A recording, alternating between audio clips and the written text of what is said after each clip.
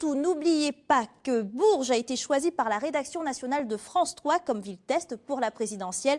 Ce soir, Catherine Matoche est en direct de la capitale du Berry. Nous l'y rejoignons tout de suite. Moi, je suis à Bourges parce que depuis des semaines, on prend le pouls de la campagne électorale ici dans la région, enfin dans la ville précisément, qui est située dans le monde rural, enfin voilà, avec des questions qui touchent les agriculteurs, les professeurs des écoles avec des fermetures de classes, etc. Donc voilà, avec moi ce soir, il y aura, je vous le promets, des Français, professeurs des écoles, agriculteurs, médecins, puisqu'il y a aussi une désertification médicale très très importante dans la région, et puis un agitateur culturel qui est le cofondateur du Printemps de Bourges, parce qu'on parlera de ça aussi, de la culture, de la place de la culture en région. Voilà, Catherine Matoche que vous retrouvez après cette édition.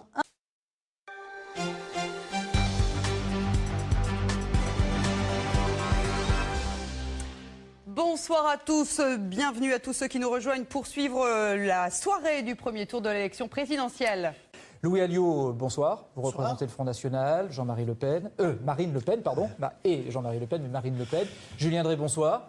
Vous étiez aux côtés de François Hollande pour le PS. Et Laurent Wauquiez, bonsoir. Alors on retourne maintenant à Bourges avec vous, Catherine Matoche. Catherine, vous êtes avec votre invité, instituteur. Oui, professeur des écoles, Muriel Gurgoglione, professeur des écoles qui s'occupe spécifiquement d'enfants en difficulté. Vous êtes représentante du SNU-IPP, qui est le principal syndicat dans le primaire. Il y a 15 jours encore, il y a eu de nombreuses manifestations contre les fermetures de classes dans ce département rural. Et ça nous renvoie à ce reportage qu'on vient de voir. Alors effectivement, dans le Cher, on est allé nous aussi à la pêche au poste, pas à la pêche aux voies, mais à la pêche au poste, parce que dans notre département, on perd énormément de postes tous les ans depuis plusieurs années. Et par rapport au sujet qu'on vient de voir, effectivement, l'école, pour nous, et on le sait, on le voit bien d'ailleurs dans nos actions, parce que les maires de toutes les communes, très souvent nous soutiennent dans nos actions, et sont présents, quel que soit leur bord politique. Alors, votre question ? Alors moi, je souhaiterais vraiment demander aux personnes qui sont là sur le plateau, qu'est-ce que leur candidat va nous proposer en termes de postes, parce que l'on sait, alors c'est souvent un roman fleuve, les postes dans l'éducation nationale, mais on sait malgré tout que sans postes, sans enseignants, dans les petits villages, on a besoin d'enseignants pour s'occuper de tous les enfants, et surtout des enfants en grande difficulté. Et ça s'adresse évidemment notamment à ceux qui seront là au second tour. Julien Drey, vous avez, votre candidat, proposé la création de 60 000 postes. Vous pourrez vraiment, sur le quinquennat, tenir cette promesse de campagne? J'espère qu'on va la tenir, parce que c'est une question essentielle. D'ailleurs, je signale qu'il y a des fermetures de classes dans les zones rurales, mais il y en a aussi en zone urbaine, et il y en a, pire encore, il y en a dans les zones d'éducation prioritaire, c'est-à-dire là où il faut mettre le paquet. Parce que le plus grand drame, c'est quoi? C'est que vous avez deux écoles. Vous le savez comme moi, vous avez maintenant les très bonnes écoles. On se bat, y compris les journaux font ça. C'est-à-dire, voilà, les bons lycées. Et après, ceux qui sont bien insérés dans la société vont dans les bons lycées. Et les autres, ils sont dans les lycées des potoirs, ou ils ont l'impression qu'ils sont dans les lycées des potoirs. Donc il faut ces postes-là. Mettre les moyens, vous êtes beaucoup plus timide. Vous dites, oui, effectivement, il faut libérer des moyens dans le primaire, mais pas au-delà. C'est-à-dire que l'enjeu, vous ne le considérez pas aussi considérable que ça, l'école au cœur de la République pour la jeunesse de demain? D'abord, la première chose, et c'est une vraie différence, c'est que moi, je ne regarde pas uniquement le sujet zone d'éducation prioritaire ou banlieue. Je considère que la République ne se débite pas en tranches. Mon département, c'est un département rural. On doit aussi être capable d'aider la République dans les zones rurales. Mais qu'est-ce que vous faites quand on supprime des postes? La deuxième chose, c'est que ces fameux 60 000 postes, ça va donner quoi? Dans un département comme le mien, ça représenterait 3 postes en plus. On croit vraiment qu'en mettant 3 postes en plus, on va changer la donne? La réalité, c'est qu'il faut qu'on revoie notre approche. Oui, il y a des classes où il faut concentrer les moyens. Le CP, c'est une classe vitale. La deuxième chose, c'est qu'il faut qu'on utilise des nouvelles méthodes. Je suis en train de l'expérimenter sur ma ville du Puy-en-Velay, avec la motivation et l'implication des professeurs, avec des méthodes où on sollicite les enfants beaucoup plus tôt sur l'apprentissage des savoirs lire, écrire et compter. Et puis le dernier, c'est qu'on demande trop de choses dans tous les sens. Il faut se reconcentrer sur quelques savoirs fondamentaux. La principale et unique, essentielle mission de l'école primaire, c'est d'apprendre à nos Alors, enfants à lire, écrire et compter. La professeure des écoles, elle vous écoute à Toulouse. Elle a envie de vous reposer une question, justement. La syndicaliste.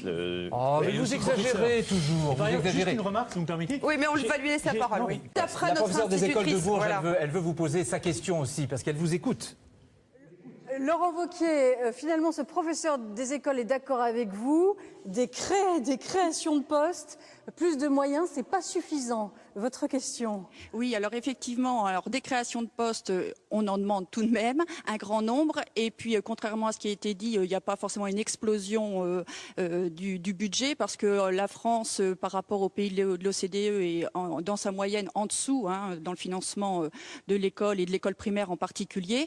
Nous, ce qu'on demande, c'est effectivement des postes, mais aussi une réflexion et puis le temps de réfléchir à qu'est-ce que l'on va en faire de ces postes. Ce qu'on souhaite, c'est vraiment un vrai projet pour l'école, rediscuter de ce que l'on va en faire, de comment on va les utiliser. C'est pas des postes pour des postes.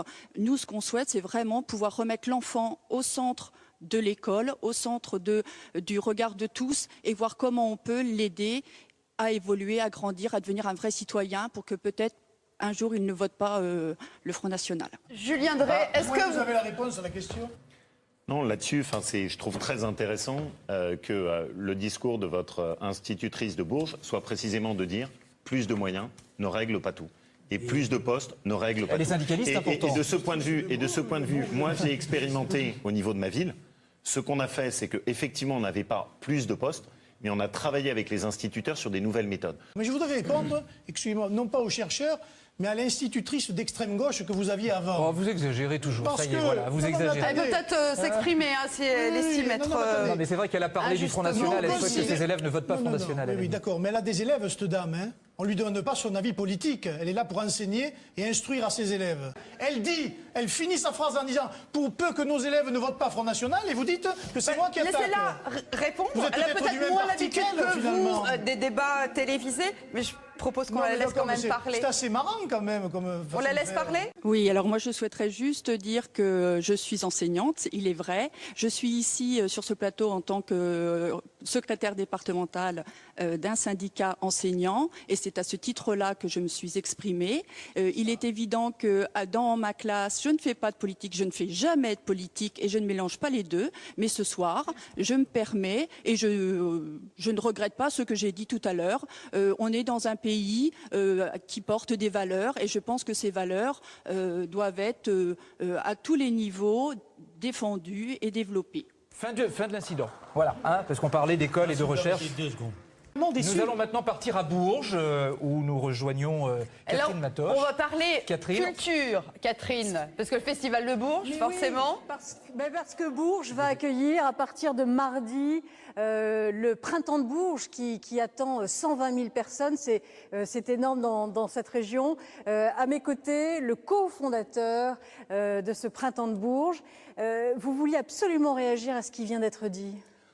Oui, parce que pendant toute cette campagne, d'abord j'ai vu qu'on a tout sectorisé. Alors on parle du rural, des villes, etc. Et moi je suis frappé parce que l'éducation dont parlait ma voisine ou la culture dont j'aimerais parler quand même si c'est la toute fin d'émission, dont on n'en a absolument pas parlé pendant la campagne. Et pourtant c'est quand même bien la culture qui fait le lien social et qui le fait entre les générations. Moi, ce que j'aimerais, c'est que vous me disiez, les deux candidats, parce que je ne parle pas au troisième candidat qui est celui de l'exclusion, donc la question n'importe peu, mais pour ce qui est du lien social, qu'est-ce que vous allez nous dire dans les 15 jours qui viennent sur des mesures qui vont permettre l'intergénérationnalité, qui vont permettre aux jeunes de parler aux personnes âgées, qui vont permettre aux exclus de se sentir un peu plus dans ce tissu social qui est quand même bien malade aujourd'hui. Créer du lien, si je vous comprends bien. Comment est-ce qu'on crée plus de liens dans notre société? Laurent Wauquiez. Parce que, Notre obsession sur la culture, c'est quoi? La culture ne doit pas exclure. La culture n'est pas réservée à des manifestations qui sont uniquement sur les plus grandes agglomérations. La culture à la portée de tous, ça c'est... Déjà, la slogan de culture, gauche, ça, il ne faut pas la martyriser. Donc il ne faut pas là aussi supprimer les postes. Et je pense notamment au spectacle vivant.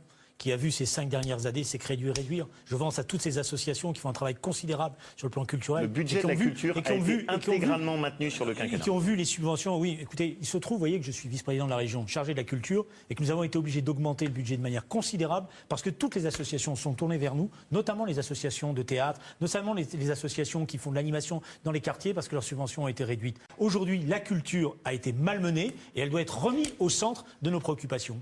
Allez, la question qui se pose, c'est qui payera. On ne peut pas refaire le débat, en tout cas, tout le débat de ce soir. Je signale juste au passage que Louis Alliot a dû nous quitter pour aller ailleurs. Et il n'a pas quitté le plateau de façon très désagréable.